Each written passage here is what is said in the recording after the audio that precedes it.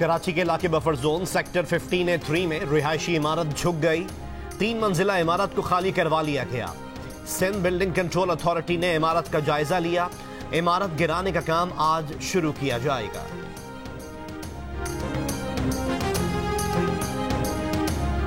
मुल्क में चीनी की कीमत में इजाफे का सिलसिला बरकरार। इदारा शुमारियात की रिपोर्ट के मुताबिक रवां हफ्ते चीनी की औसत कीमत ₹1.57 इजाफे के बाद ₹94.72 फी किलो हो गई। टमाटर 9 और प्याज ₹5 फी किलो महंगा हुआ। ब्रायलर मुर्गी की कीमत ₹9 फी किलो कम हुई।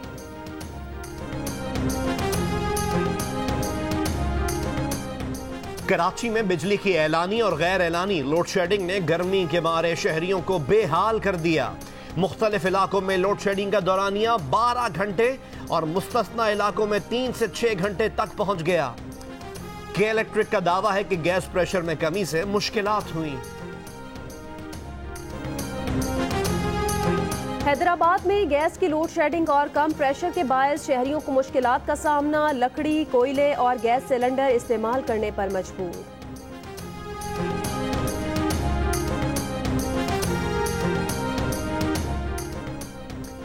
कोरोना केसेस बढ़ने की वजह से बलूचिस्तान हुकूमत का प्राइमरी स्कूल्स 30 सितंबर के बजाय 15 अक्टूबर से खोलने का इशारा।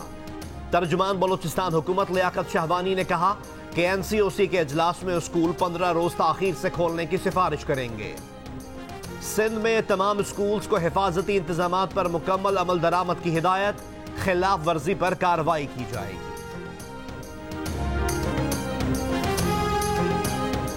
भारतीय फौज की कंट्रोल लाइन पर जंगबंदी मुआहदे की एक बार फिर खिलाफ वर्जी। ISPR के मुताबिक कोट कुटेरा सेक्टर पर भारतीय फौज ने बिला इश्तियाल फायरिंग की।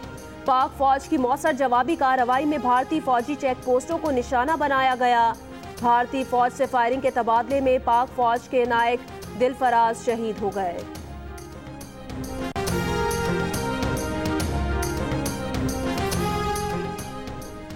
मगरबी हवाओं की वजह से 30 सितंबर तक मुल्क के बालाई और वस्ती इलाकों में बारिशों का इम्कान। बारिश के बायस मुल्क के बालाई और वस्ती इलाकों में हालिया गर्म मौसम की शिद्दत में कमी मुतवक्के। महकमा मौसमियात के मुताबिक आज इस्लामाबाद, बालाई पंजाब, बालाई खैबर पख्तूनख्वा, गिलगित बल्तिस्तान और कश्मीर में तेज हवाओं और गरज चमक के साथ बारिश का इम्कान है।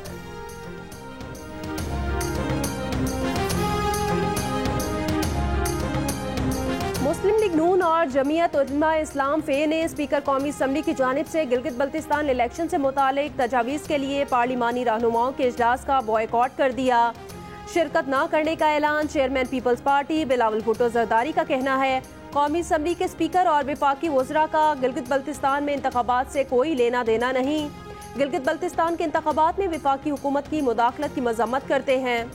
स्पीकर असद कैसर ने पार्लिमानी रहनुमाओं से तजावीज़ के लिए इजलास कल तलब कर रखा है।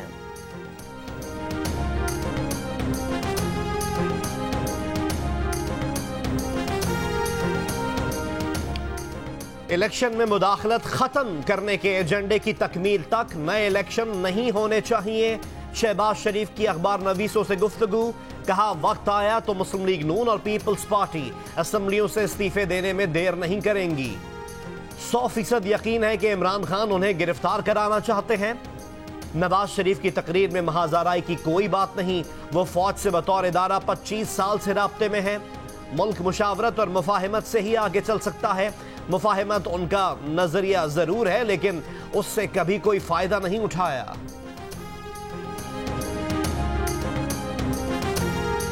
जमीयत उलमा इस्लाम फे के सरबराह मौलाना फजलुर रहमान का साबिक वजीर आजम मियां मोहम्मद नवाज शरीफ से टेलीफोन पर राब्ता। असम्बलियों से इस्तीफों के लिए कमेटी के क़याम पर तबादला ख्याल। नवाज शरीफ ने कहा मुल्क मौजूदा हालात का ज्यादा देर मुतहम्मिल नहीं हो सकता। ऑल पार्टीज कॉन्फ्रेंस के फैसलों पर अमल दरामद यकीनी बनाया जाए। अवाम अपोजिशन की तरफ देख रहे हैं। मौलाना फजलुर रहमान ने नवाज शरीफ को रहबर कमेटी के फैसलों पर एतमाद में लिया।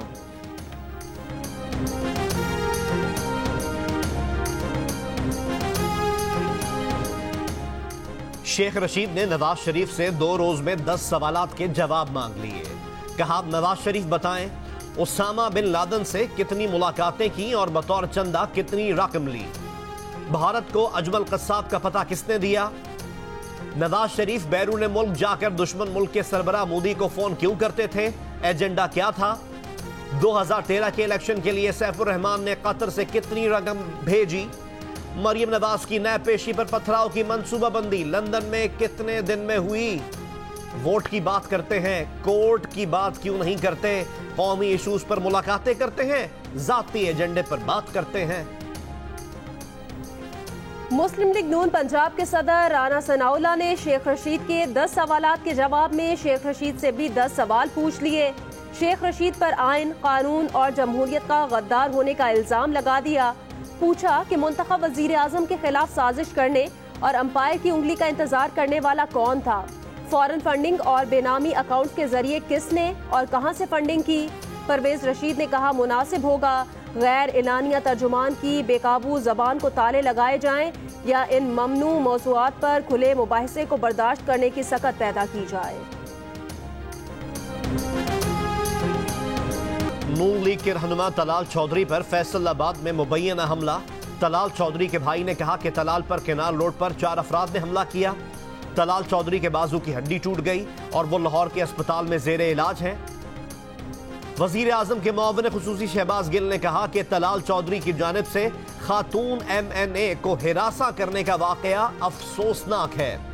मरियम सफदर हिरासा होने वाली खातून पर दबाव डाल रही हैं। खातून MNA के भाई का कहना है कि तलाल चौधरी से कोई लड़ाई नहीं हुई, उन पर तशद्दुद की मजम्मत की है।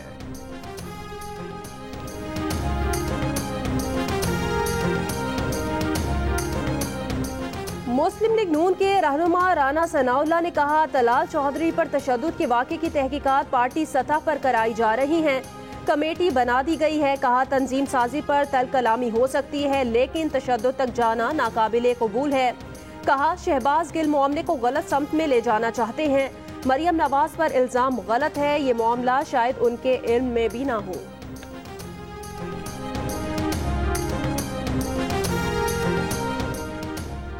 बहावलपुर के नवाही इलाके मुसाफिर खाना में 12 साला लड़के से इज्तमाई ज्यादती, मुकदमा दर्ज। एक मुलजिम गिरफ्तार, दूसरे की गिरफ्तारी के लिए छापों का सिलसिला जारी। 2 मुलजिमान ने लड़के से ज्यादती की और वीडियो भी बनाई थी। थरपारकर में ग़िज़ाई कमी और बीमारियों से 3 बच्चे इंतकाल कर गए। महकमा सेहत सिंध के मुताबिक रवां साल ग़िज़ाई कमी और दीगर बीमारियों से 63 बच्चों का इंतकाल हुआ है।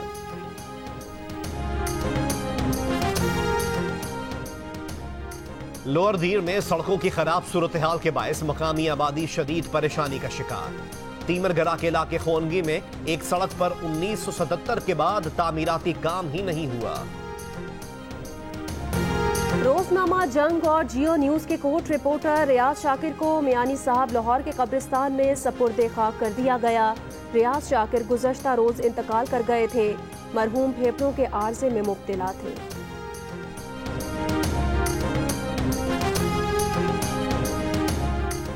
एडिटर इन चीफ जंग और जियो ग्रुप मीर शकीलुर रहमान 198 रोज से कैद में। मीर शकीलुर रहमान की गिरफ्तारी, रोजनामा जंग, द न्यूज और जियो टीवी बंद करने की कोशिशों के खिलाफ मुख्तलिफ शहरों में एहतजाज का सिलसिला जारी। भारत के 44 बैंक्स मनी लॉन्ड्रिंग में मुलव्विस निकले। पैसा दहशतगर्दी, मनशियात और माली फ्रॉड में इस्तेमाल किया गया। अमरीकी फाइनेंशियल क्राइम्स एनफोर्समेंट की रिपोर्ट में इंकिशाफ। मनी लॉन्ड्रिंग में भारतीय नवादरात के स्मगलर भी मुलव्विस। इंडियन प्रीमियर लीग में भी मनी लॉन्ड्रिंग का पैसा इस्तेमाल हुआ।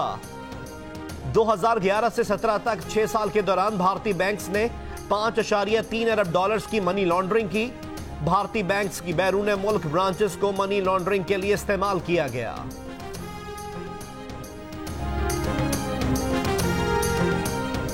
मोदी सरकार को बड़ा धचका। भारतीय जनता पार्टी की सबसे पुरानी इत्तेहादी जमात शिरोमणी अकाली दल ने हुक्मरान इत्तेहाद NDA से रास्ते अलग कर लिए। पार्टी सदर सुखबीर सिंह बादल ने कहा हुकूमत ने किसानों की फसलों के लिए कानूनी तहफ़्फ़ुज़ देने से इनकार किया। शिरोमणी अकाली दल ने 4 घंटे तवील इजलास के बाद हुकूमत से अलहदगी इख्तियार की।